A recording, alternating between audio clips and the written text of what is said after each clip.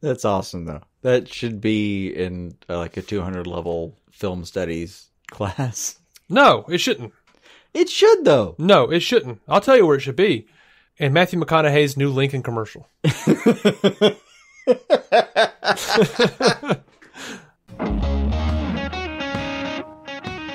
On this episode of DC on Screen, there is so much the Batman casting news. And also we got some Snyder Cut news. Jason has been nice enough to say that we can talk about that again. I've removed the moratorium temporarily, pending circumstances. Do not consider this a parole. This is work leave. I'm David C. Robertson. This is my trusty co-host, Jason. Hi, I'm Wet Blanket. And we are DC on Screen. This is the podcast where we discuss the DC Comics multiverse on film and television, give honest opinions on projects upcoming and past, and believe that every version of a property is valid, even if we do not want it to be. If it has been released, it is fair game. So beware of spoilers, and welcome to the show. Well, we're doing a show, man. Yeah, it's How do you time. like that? Yeah, It's time? It's time. Yeah. You know. Yeah. That old clock's a-ticking. Yeah. Had to wait for a couple things to happen, but they finally kind of happened. What things? Anything. Oh, yeah. Well, there was that. It's been slow news the last 6 or 8 weeks. Well, I mean, this is only it's been a week since we did our last episode. It's not like, I know. It's been some crazy amount of time. It's not like a big gap for us. I'm just saying it's been slow in the news recently. It has a little bit, but then it just blew up this week. Yeah, there was a lot. But we got some reviews, man. We got some reviews on the Apple podcast. Almost said iTunes. Did you notice? Yeah, we're all adjusting. I know. It's just weird. End of an era. We got some reviews. We got a 5-star review from Anglo the Saxon. I love that name. Mm-hmm. Fantastic. They give us Anglo gives us 5 stars. Says the best around. No one ever gonna keep them down. Hands down. 100%. The best podcast of its kind. Better than a suicidal cast of squads. Far beyond the fat men. And better than ists of nerds. Well played so far. About DC on Screen, I have overheard Aquaman say, "My men!" Nice. Jack Napier was quoted as, "You are my number one, guys." Oliver Queen says, "They have not failed this city." Damn straight. Only It's ourselves. Yeah, repeatedly. In perpetuity. Yeah. "It's the only podcast I listen to when I go for a run," said CSI Tech Barry Allen. Oh, beautiful. Clark Kent's review in the Daily Planet reads, "They are going to blow up like Krypton." And strangely, when asked, the Dark Knight simply replied, "I am Batman." Beautiful. Stuck the landing on those references. Good job. Absolutely. Listening to DC on Screen is as close to talking about the subject matter with my buddies as it gets. You could easily crack open a cold one and feel like you are a part of the conversation. It is the best podcast of its kind. I've said it twice now, and I will say it again. It is the best podcast of its kind. Subscribe. That's awesome. Subscribe and give them 5 stars right effing now, or there will be an infinite crisis in your life. Sincerely, Anglo the Saxon. To Anglo's point, Uh-huh. you can participate in our conversations. We get back to pretty much everyone. We do, eventually. Though I felt really bad, transparency here, I use Blogspot, Blogger, whatever you want to call it, for our site. Uh-huh. Because it is free. Right. I've been unhappy with it, but we have this is the 570th episode. Yeah. So I don't want to transfer all that shit over. No, and honestly, the website is not the most important thing. It's not, but I signed in the other day, and I looked down, and there's a button that says, "Try the new Blogger." I'm like, yes, please. Mm-hmm. For God's sake. Yes, I don't love the old Blogger. Let's see what you got. And the first thing they do is they show me the comments, which I've never been notified of a comment. Oh, no. And we had probably, over 5 years, a good 30, 35 comments. Oh, shit. And, about 26 of them were spam. Yeah, okay, good. But That's in comforting. there were like 2 that I remember replying to, and then like several I hadn't. Oh. So I went through like, hey, that's a really good suggestion. Sorry I hadn't got back to you for 5 years. So I apologize to anyone who might still be listening. Anyway. All apologies, but you were listening right now, currently, to the entire team. That's it. I'm sorry. Some shit will slip through the cracks. So yeah, we got Try another as we may. We got another 5-star review on iTunes. Sorry, not iTunes, Apple Podcasts. Damn it, Apple. Why do you have to change things? Oh, did I say thank you, Anglo? Thank you, Anglo. Yes, thank you, Anglo. That's awesome. Shadowkid Skate, SK8. I'm going to say that says skate. Yeah, sure. Yeah. License Gives us plate 5 logic. stars. Gives us 5 stars. Says, love it. Love hearing you boys talk about everything DC every week. Keep up the great work. And also, on a side note, they're terrific human beings. Give them a listen. I am not a terrific human being. I don't know when you called us on a good day, but I'm so glad you did. Thank you, Shadowskid. Thank you, Shadowkid Skate there. I keep wanting to say Shadowskid. I'm sorry, man. Shadowskate. Shadowkid Skate. Shadowkid Skate. Thank you very much. It's a very good review. It really cracks me up when you go into norm mode. I don't mean to. Yeah, they're like his feigned awkwardness is what you actually do when you're awkward sometimes. Well, I think that's because I actually grew up watching Norm Macdonald. Oh yeah, so I just have these like tics. He's in our DNA. I get it. I think that's why I recognize him. Like, yeah, that's a Norm. That's a Norm move right there. All right, so we have 76 ratings now on Apple Podcasts, and I'd love to get to 100 by the end of the year. So it's a fine goal. I think it's a godly goal, and I'm gonna put a link in the show notes for you guys to just click right on that. Hopefully that'll work, and you can just go and review it, and it'll be easy peasy. But not lemon squeezy. I've never been a fan of lemon squeezy. Yeah, I don't understand that part. I've never quite grasped it. Like, never wrapped my brain around the lemon segment of it. No, because lemons are so often, like, a negative connotation. You get a lemon car. Life gives you lemons, all that crap. Right. Although, apparently, we engineered those fuckers. So, I don't know. We're to blame. Probably. Which just always makes me think of the Phil Hartman bit on News Radio where he says, when life gives you lemons, make lemonade. Then throw it in the face of the person who gave you the lemons until they give you the oranges you originally asked for. That's really good. All right, so over on Patreon, we've got a new patron, Jonathan Burren. Hello. Jonathan very generously signed up for the $5 tier. And lucky for Jonathan, we just recorded like 3 new warm-ups. So... So plenty coming your way. Plenty coming. Thank you, Jonathan. And what? You want to do news now? Yeah, I guess. You know. All right. We can do that. Patreon.com/DC on screen. If you want to go and lob your shekels at us at our open maws. Thank you. Absolutely. Thank you to all of our patrons. As always, it will be improved, or it will be used to improve the show. We have no personal stake in the shekels. Yeah, not at this point anyway. No. They are not paying for shit. They are being used to make more shekels for the show.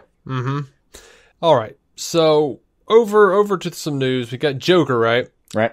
That son of a bitch is tracking across $1 billion now. Isn't that something? Isn't it? I've run into roughly 4 types of people. Okay. People who have seen Joker multiple times, 2 or more. People who have seen Joker. People who have seen Joker and would like to go see it again. Or people who haven't seen Joker yet but would really like to. Yeah. Theoretically, there's a 5th kind of person out there who just has no interest, but I don't normally traffic in those circles, so. Yeah. Well, there's a 5th type of person, like my mom, who says, I really think it looks good, but I don't think I can handle it. Oh, that's a nice angle. Yeah. Yeah. And having seen it, I can respect that. Yeah. Like, just looking at the trailer, she's like, that gives me goosebumps, and I want to see that, but that looks like it's going to be too rough. That's fair. I think there probably is a subsect of people, like the same reason someone doesn't maybe want to go to therapy, where they're like, I think that's going to hit too close to home, and I'm going to have way too much like myself homework to do after I see it. Yeah. Yeah, you don't want to go to see a movie and then, like, come home having stuff to unpack. Yeah. Like, well, let's see. Well, some people really do, and some people just really don't. Mm-hmm. I get that. It is a lot to unpack. I mean, you've got to deal with this movie. You can't just watch it. Yeah. Now, you and I have made a big stink about how we don't give a crap about the Oscars. Yeah. But it's, it's a thing. Warner Brothers is, pushing, heavily pushing this, for Oscars this year. They're pushing Joaquin Phoenix for Best Actor. They're, Robert De Niro, Zazie Beetz, and Francis Conroy for Best Supporting Actor / Actress. The entire cast for Best Ensemble. They're looking for a Best Picture nom for the movie, the Best Adapted Screenplay, Best Director for Todd Phillips. They're also pushing for Best Cinematography, Best Costume Design, Best Film Editing, Best Visual Effects, Best Sound Editing, and Best Sound Mixing.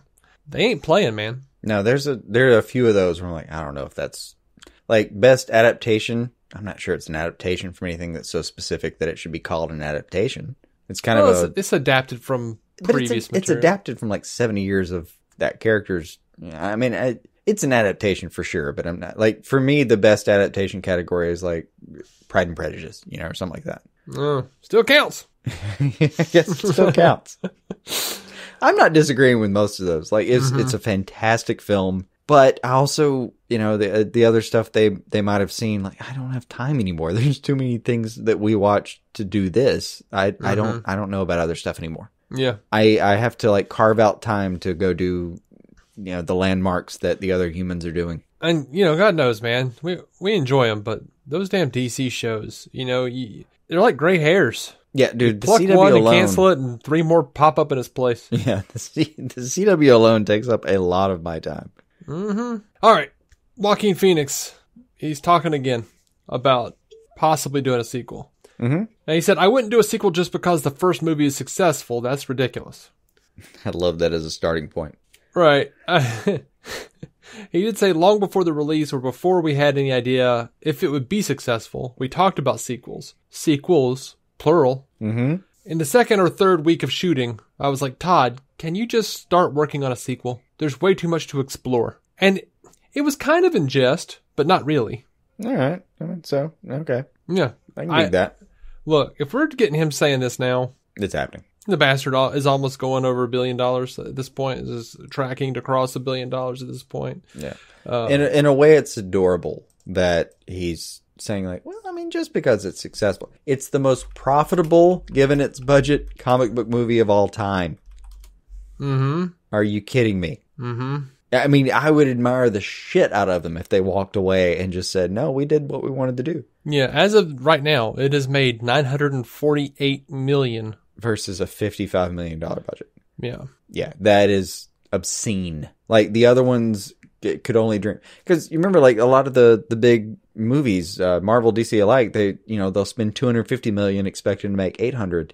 Percentage-wise, that's nothing even in the ballpark of what this thing just accomplished. Yeah. Or is still doing. It's crossed 303 million here domestically. Yeah. That's absurd. Yeah, it's happening, guys. That's literally like saying we're going to make a movie and we're going to pick one state and we'll make all of the movie back on that one state. We're just going to air it in California and make it a wash, which is still incredible. It's crazy. Yeah, I mean, just absurd numbers.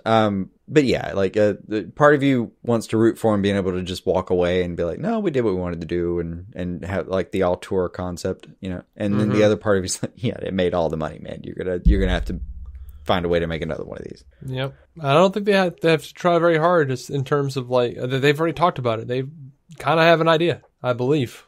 You get that from the movie though, that they were so excited about some of the concepts that, I don't know, man, it comes across in what I saw of the film that they were really into what they were doing. Like this was for sure a product of love. Yeah. And you know what?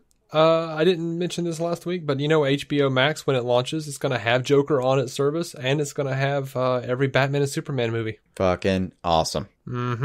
Good start. Coming out swinging. It's going to have and then, within the first year, it's going to have every DC movie of the last decade. So nice. I just hope they let us know how Jonah Hex treats him. I would say you can't have everything, but I think it would, I don't know. I would kind of enjoy it if they had the bad ones too. Oh, yeah. I mean, well, dude, they're going to have Superman 4, Superman 3. This is true. 4. Yeah, they did say every Superman. Yeah. Yeah. And Batman and Robin, Batman Forever. Oh, fuck. Yeah, those are bad things. Alrighty. Let's pop over to the Batman. Sure. No, I do know some fun stuff with Batman. That was fun stuff. All right. So, in case I didn't mention it last week, which I may have, but couldn't be bothered to check, Matt Reeves did confirm Jeffrey Wright is playing James Gordon. Nice. Good. Confirmed. Like it. Now, Colin Farrell is in talks, reportedly in talks, to play the Penguin. Love it. Yeah, it's sort of like the Telltale version of the Penguin. He's like all thin and shit. Yeah. Of course, Robin Lord Taylor was thin, until the last episode of Gotham. He doesn't have to be, like, the essence of Penguin isn't his size and the fact that he resembles a penguin. No, I've seen Colin Farrell put on a fat suit, though. Oh, yeah. Bad Bosses 2 or something like that? Horrible Bosses. Horrible Bosses 2. He can do it, but you don't have to. He's actually, Colin Farrell's like a trope in certain ways, but he's really good at his job. He is. He reminds me of Tom Cruise in a lot of ways, though. Colin, he's I know he's a crazy fucker. Mm-hmm. Like the same way, like I think I said before, like I have to spend the first 10 minutes of any time I'm watching Tom Cruise, I'm just putting out of my head that he's a Scientologist. Mm-hmm. And with Colin Farrell, I'm just putting out of my head like I know he's a crazy Irish fuck. And I kind of mean it in the good way, but when he's not playing a crazy Irish fuck, I have to just like concentrate on like what is he doing right now on screen. And by like the 15-minute mark, I'm just totally invested in his character because he's really good at his job. Yeah, he is, and he's got a lot of range. Surprisingly, like people talk shit about Colin Farrell, like that means it's going to be a bad movie. No. Dude can play a lot of characters, a lot of emotions really well. He's a good actor. And good at accents. So I'm not worried about him having like a Bostonian accent if he wants to do it for Penguin or something like that. Mm-hmm. That's fine. Or like a slight New York kind of a pickup at the end of his syllables or something like that. I think he can do all of that. I'm not worried about it. But, good Lord, he doesn't have to be fat. Like, that's not a thing. They could throw some makeup on him. Let's not forget that Matt Reeves did those Apes movies. Yeah. Like They could make up him. I mean, Thor did fine and half CGI'd fat. I see a lot of people getting mad about the Lebowski Thor, and I loved it. It was fun, and it made sense if you consider Ragnarok and the character progression. Mm-hmm. But like Farrell, if he's skinny Farrell, fine. If he's fat Farrell, okay. Either way, the essence of Penguin to me is a shady business dude with way more ties to the mob than he would admit openly, short of being interrogated by Batman. Mm-hmm. Like if a politician tried to ask him about his activities, I'm in exports, whatever.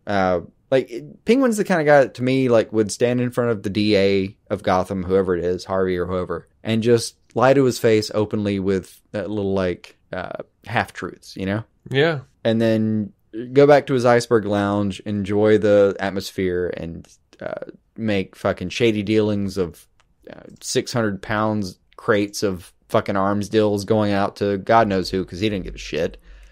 He's just trying to make money. And like that makes sense. Like that's my Penguin. Mm-hmm. I wouldn't mind a couple gadgets. I think it was Ryan Hulsman that said he wanted Colin Farrell to have the umbrella with the machine gun on it, and I agree. Mm-hmm. I agree. At the very least, I want him to have a cane, preferably an umbrella. I want there to be a weaponized umbrella. That's really my hope. All right. So, importantly, it is just reportedly in talks. A lot of people are saying, like, he's been cast. We don't know that. I will give him this, though. A lot of the in talks for this movie so far, once it's really been, like, the last few months since it's been really going, have kind of come through. Oh, yeah. That's why we're going to talk about all these supposedly in talks. Shoot. All right. Out of an umbrella. Andy Serkis is in talks to play Alfred. Yes, please. I thought if anyone, he would play Penguin. I'm good with Alfred, though. No, I'm good with Alfred. But how do you have Andy Serkis and not have a badass Alfred? That's what I'm saying. I said before, like, this is going to be of the ass-whooping variety of Penguin. Of Alfred. And yes, like, You can't have him on screen and not have him punch a guy. Right? You just can't. That's not holy. That's right. Dude needs to get some wet work done. Now, a number of sites, none of great reputation, I would say. Of ill repute. Right. A number of sites of somewhat ill repute have said that Matthew McConaughey is in talks to play Two-Face. Bullshit. You think that's bullshit? It just sounds like bullshit. I wouldn't mind it at all. Because they're also reporting that John David Washington is also being considered for the part. I have no idea who that is. Who is that? Me either. Honestly. I don't know. I don't know who that is. I'm going to find out. I'm going to look him up too. We'll race. All right. I need to see his face as well, or I will not know who the hell you're talking about. So John David Washington. If that's true, they're very split. Yeah, it's a very different person. Oh, wait. American actor, former running back, played at Morehouse College. Ron Stallworth on Black Klansman, Lieutenant Kelly, The Old Man and the Gun. Okay, Black Klansman was a pretty well-received movie that I haven't seen that I would like to have seen. Mm-hmm. So apparently the guy has some clout, even to have been cast in that movie. Not bad. In shape, I'll be honest, his football resume it's pretty weak. But still... He's acting now, Jason. I know. But still, dude's probably in shape. I mean, I have no problem with it outside of... Oh, dude, he was literally born a few hours before I was. Weird. Yeah. Born on July 28th, 1984. I was born on the 29th and was expected the 28th. Oh, fuck, I'm old. Look at the life comparisons. Right? He's being considered for a part in a DC movie. You sit at home and record conversations about DC movies. So we're basically the same person, is You're what basically you're saying. the same person. And yeah. I briefly played football in Little League. Uh-huh. And went to college. I mean, I feel like I've hung out with him. You probably I've have. Driven through St. Louis, where he was an undrafted free agent for the Rams when they were based there. Uh-huh. Which isn't a thing anymore. Oh, gosh. So, yeah. Me and John David Washington, basically the same dude. Surprised I didn't get a phone call to play Two-Face instead of him. But I'm glad he did, because I'm I don't know. I'm a humble person with a positive attitude who's happy to see other people like me do well. That's how we're going to play this. Because I also have pictures of me and Denzel Washington that I just don't talk about. Right. Because that would be kind of gauche. Well, you know, I'm sorry for John David Washington. Like, this guy has a way better life than I do. For John David Washington, I feel bad. But I do hope it's Matthew McConaughey. Because I would love it for the Batmobile to be a Lincoln.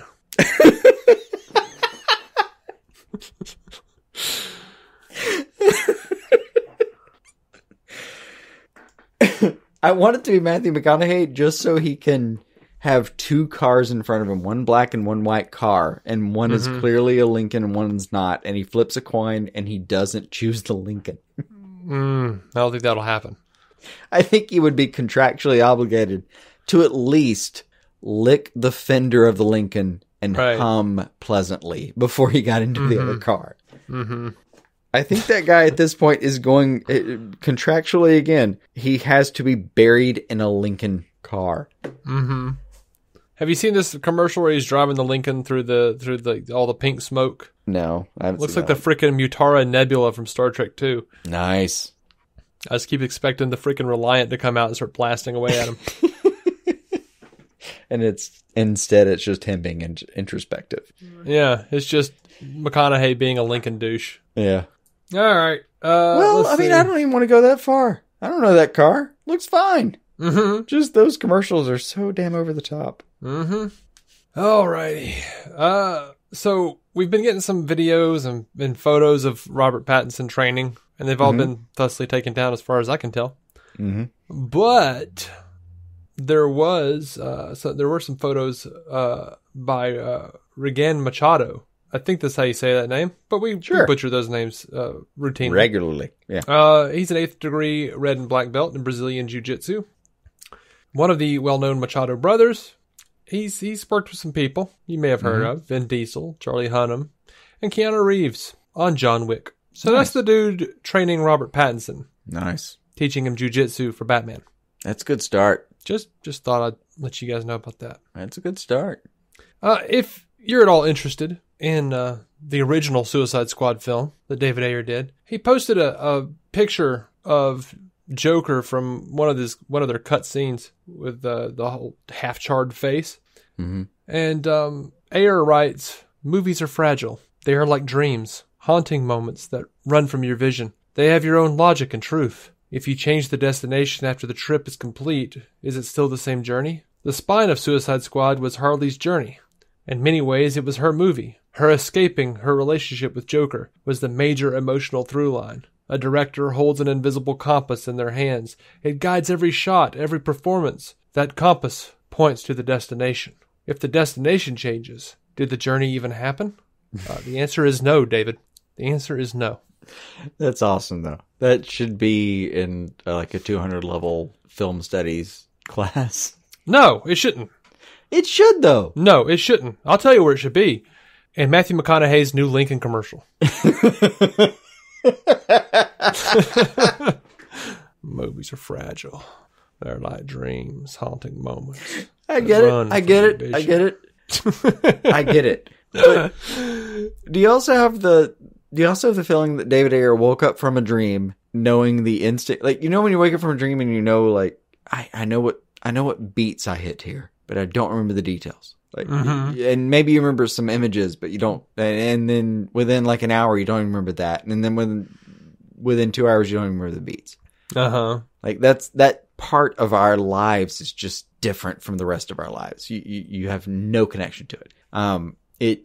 Only certain things stay with you, and they almost seem like traumatic or dramatic in some way. And it makes sense, though, that in some way he would justify, like, no, this is a tangent we went on, we had a plan, we had an idea, and then the compass changed. Like the WB execs said, no, we want to do this now. And my dream went away, and it was forgotten.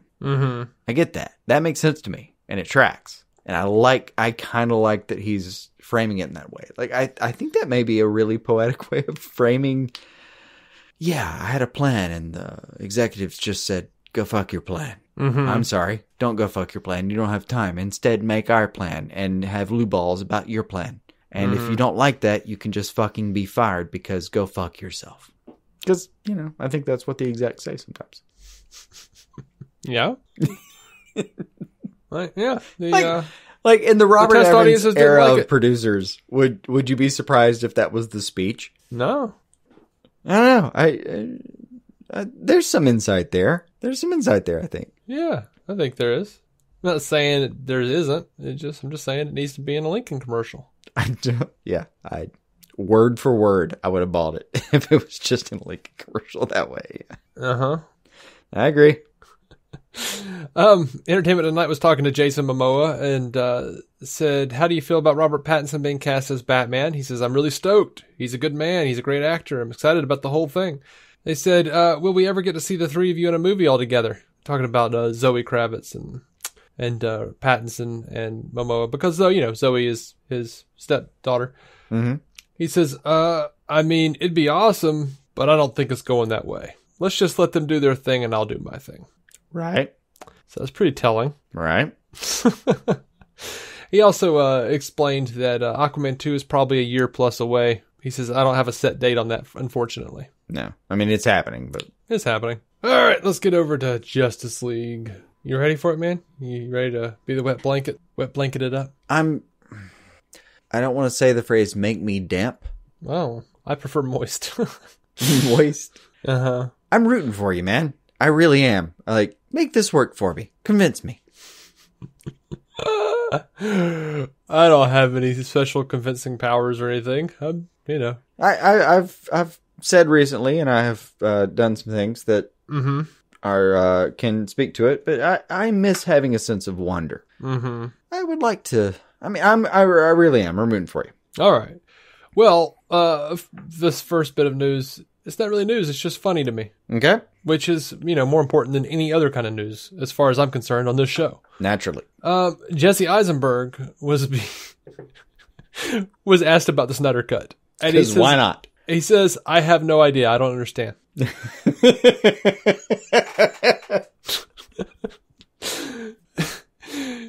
It's like somebody was like, what's the square root of 69.324? And he was like, purple. Mm-hmm. He says, I genuinely don't know. What are you referring to? Like a director's cut? And they explained it to him. He said, oh, Justice League. Gotcha. I have no idea. No clue. Zero. I think I was in some other scenes too, but I guess they're not in the movie. So they turned it into, what do they call it? A post-credits scene? Yeah. He says, I have no idea. I wasn't really around for the process. I know some of the stuff they were doing was amazing. Also, I'm friends with the writer, Chris Terrio, so I read his original draft. There's stuff that's probably not in the movie, obviously, because I haven't seen the movie that was there. Let me translate. I don't know, man. I came on, I did a job. I like my friend Chris. He had a good script. And I came on, I don't know, I did the work and I went home. What are you talking about? Yeah. He doesn't watch movies with himself in it. He did say he watched Zombieland because Woody Harrelson made him. But that baffles me too, by the way. Like, especially when, like, Zombieland 2 is about to come out. And I'm super excited. I enjoyed Zombieland. It's already come out. Oh, has it? Oh, shit. I'm pretty sure. Yeah. Has it? God damn it. I've got to get around to that. I've seen the trailer. I'm happy. I know it's the original cast. I'm super excited about Zombieland 2. Mm-hmm. But, yeah, it would baffle me to go to work as an actor, not having seen the final product of the thing you did, and do a sequel to it. That blows my mind. Mm-hmm. I can't even imagine it. I don't know. So, yeah, the guy wound up explaining it to him and kind of explained the facial hair thing with Henry Cavill, how that kind of went bad. And I imagine Jesse was bored the entire time. Well, no, Jesse said, oh, wow, how strange. That's fascinating. It's really interesting how stuff is done. He was bored.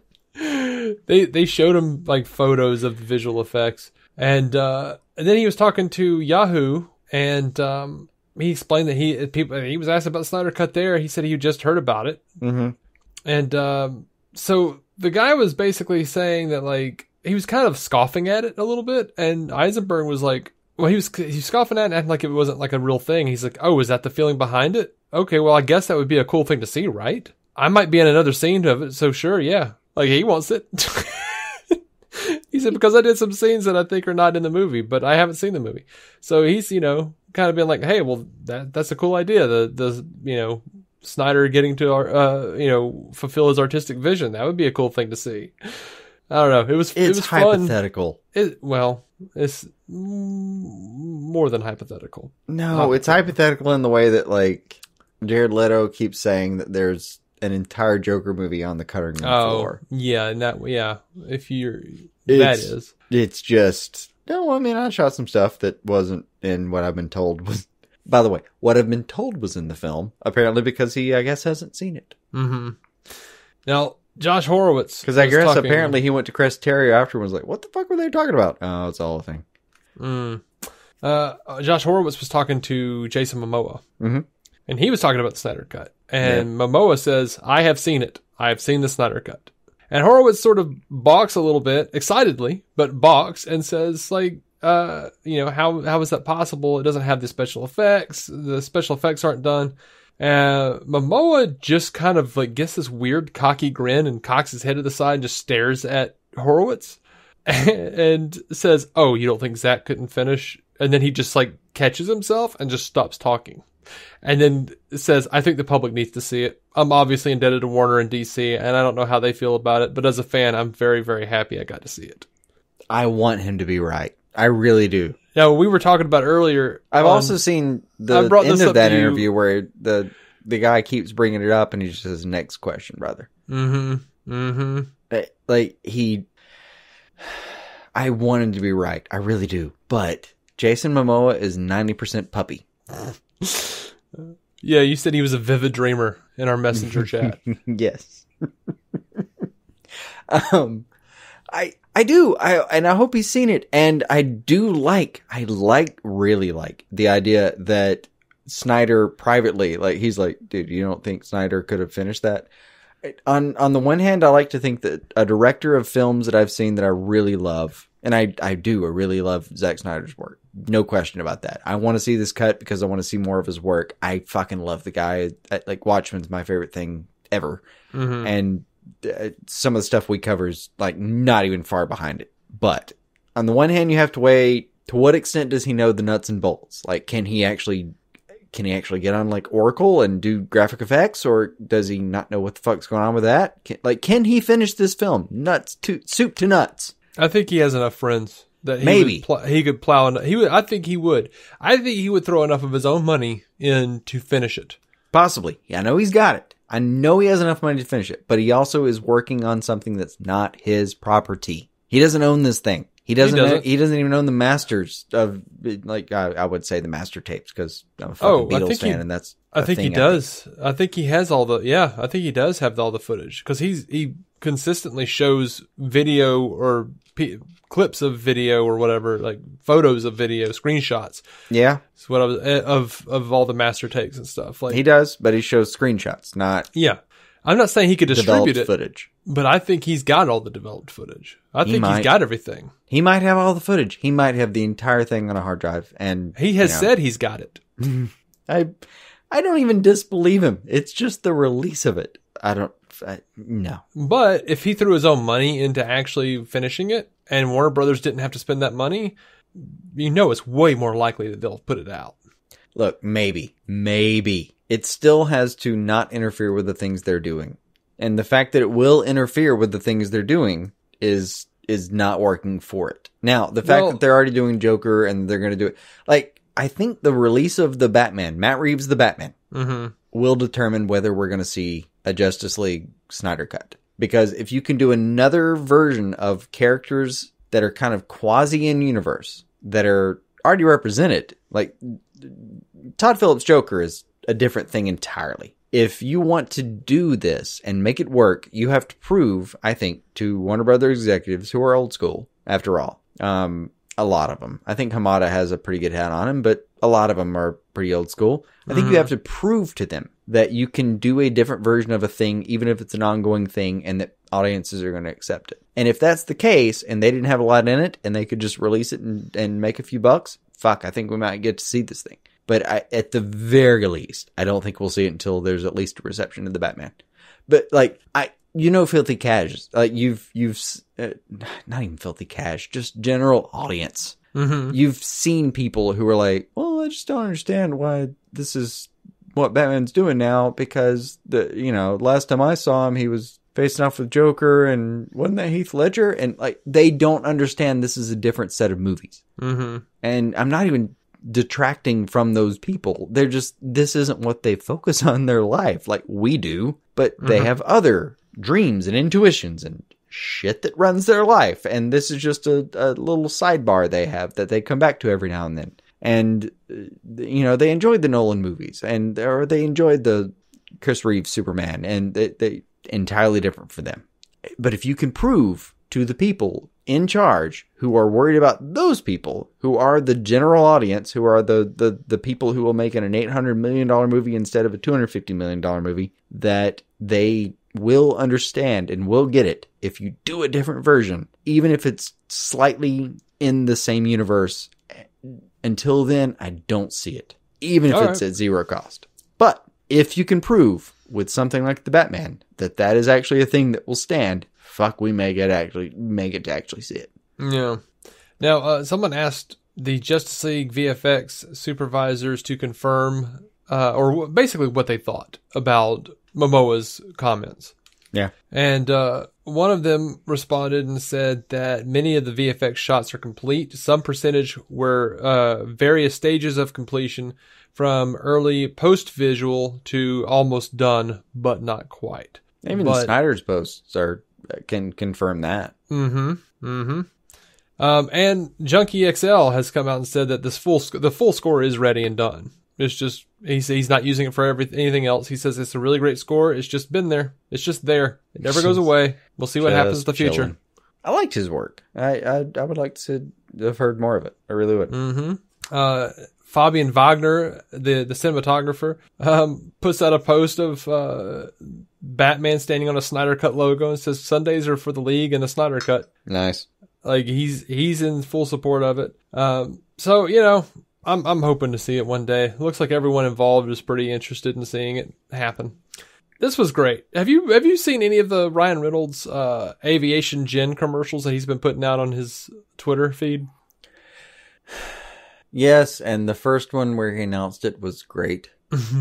I didn't. I was at work and I just saw the one that I think you're about to talk about, and I didn't get to hear the audio. So, well, look, I saw the visual gag he was going for. Yeah, he's got a giant mustache. And he says, "Does drinking aviation gin make you feel like a superhero?" And he drinks a big old cup of it.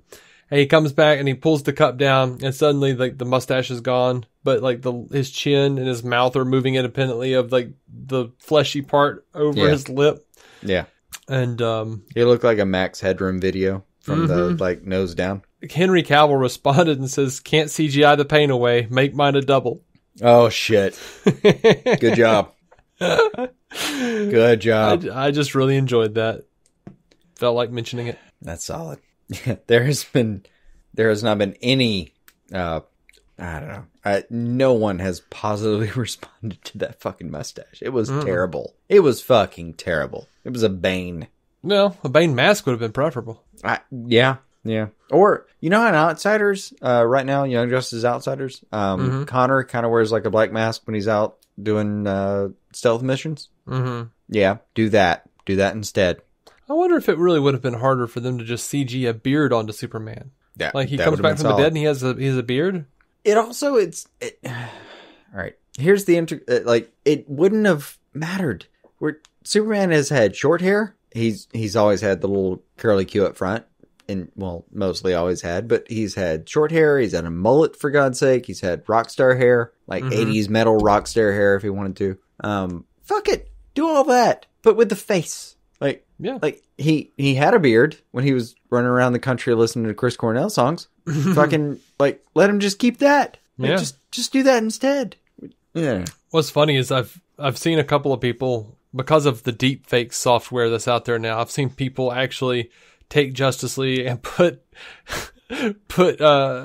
I think better looking version of Henry Cavill on top of it. Easily. That's the crazy part. Some deep fake bullshit software that some dude released on Reddit was better than what we got.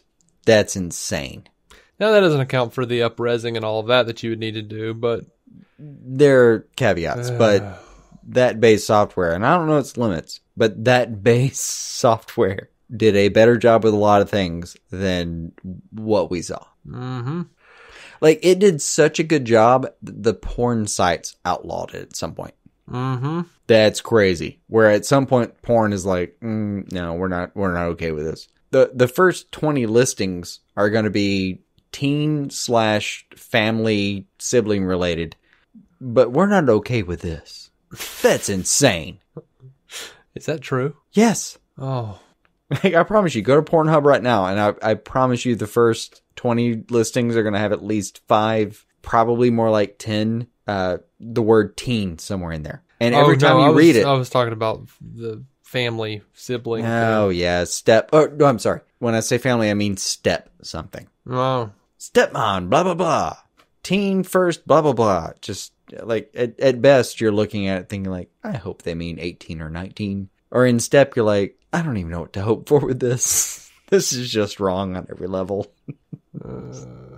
There's not a version of this that makes me okay. I don't like what I'm doing right now. I'm going to go away. All right. Well, on that disgusting note. Yep. We're going to go to a break. And when we come back, we're talking about a little bit of TV. Stay with us, please. More teens and step parents. If you stay with us. No. That apparently works for them. Why shouldn't it work for us, Dave? I don't want to win that way. I understand entirely.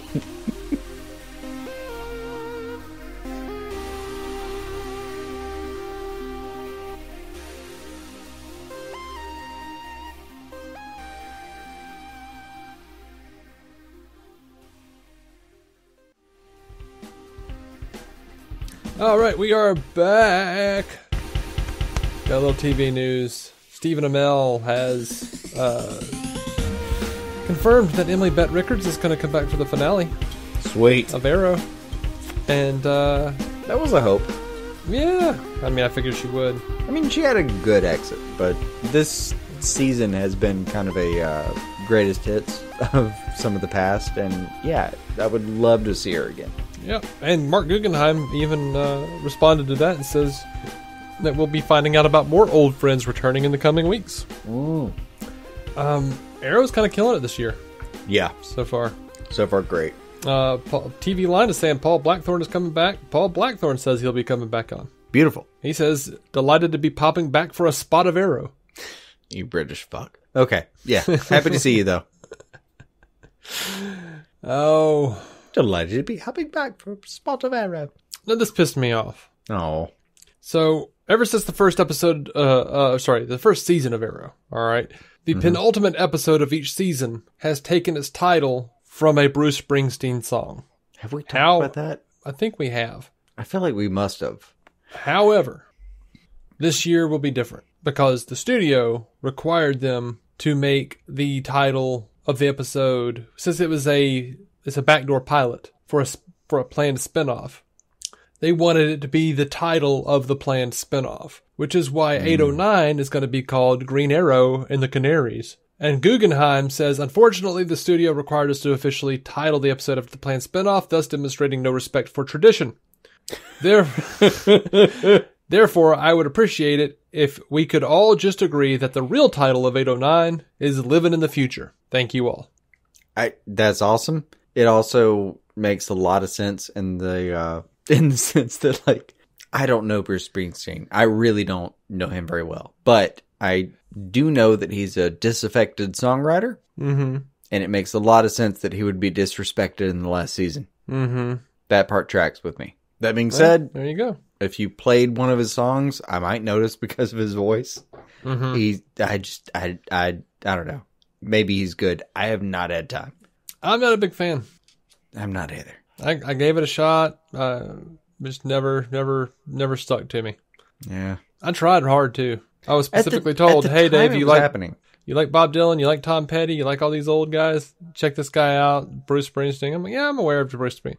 Yeah, just give it a listen. I gave it a couple listens. Give it more than a couple listens. No, at the time that he was happening, I felt like I could have listened to Tom Petty or Elvis Costello and been like, no, this is where I'd rather be. Yeah, I like Elvis Costello. Yeah, he's pretty good. Because the Angels want to wear my red shoes, baby. But I don't know. It's a thing. You know what's weird though? He has a cultish kind of following. Like people who are fans of the boss are just over head over heels. I've never gotten it, but I've also heard people say like they went to a concert, they saw him one time, and they were just converted. You know? Yeah. So I don't know. I'm one of those weirdos who, because of Late Night with Conan O'Brien, I'm a way bigger fan of Max Weinberg than I am of Bruce Springsteen. And I always sort of resented Bruce Springsteen because every time Bruce would go on tour, Max would leave the show, and Max was one of the funniest things on the show. He was really good. He was a good sidebar. And also the guitarist. Jimmy Vivino? The Sopranos dude. Yeah. It was always surprising. They would just go away for a second. You're like, well, I guess this is what the band is now. Okay. And then a couple seconds later, you'll be like, Conan's making it work. Don't worry about it. Yeah. It's fine. I liked that old dynamic of Conan, Andy, and Max, and I liked Max. And it was good. He was a lot of fun. Anyway. Dude could make a joke out of a drum fill. It was pretty good. Mm-hmm. All right. So here's a show that we haven't watched, or I haven't watched. Pennyworth has been renewed for season 2 over at Epix. In a way, I'm glad for it, and in another way, I haven't seen it yet. I've already bought it the entire season. I haven't had time. Have not had time because CW. Yeah, they said Pennyworth has been a big hit for us, embraced by critics and fans alike. It was the highest performing original series ever to premiere on Epix. You know what? I believe them. Fuck. More than doubling the viewership of the shows that came before it. Bruno Heller, Danny Cannon, and WB-TV have delivered a brilliant, must-watch series. Can't wait to work with this phenomenal cast and creative team on another exciting season. And I've heard nothing but good things about Pennyworth. No, honestly. I regret that I have not had time, but it has not happened. I'm really sorry. I've watched 5 minutes, and I enjoyed the 5 minutes, but that's it. I fully intend to get around to it, and I will. On to another show I haven't watched a single second of, but you have because you have a podcast about it. Watchmen. Yeah. HBO's Watchmen. The music from Trent Reznor and Atticus Ross is officially available to stream. Thank Pretty God. much everywhere you can stream. I would buy vinyls of this. It's so good. I know. That's why I sent you the link. Yeah. Also, shameless plug. Who watched The Watchmen? I want to articulate who watched, because there's a who watches The Watchmen out there as well. But you and Matt Carroll of the MCU cast do a show together. Yep. So there's that, y'all. Go check that out. And well, if you've made it this far, I'm sorry I didn't talk about it earlier, but World's Finest True Believers. You can check that show out. That's a good show, and I was on a recent episode. The most recent episode is Lisa from I Love That Movie, but the one before that, we talked about Superman for Tomorrow. So go listen. World's Finest True Believers.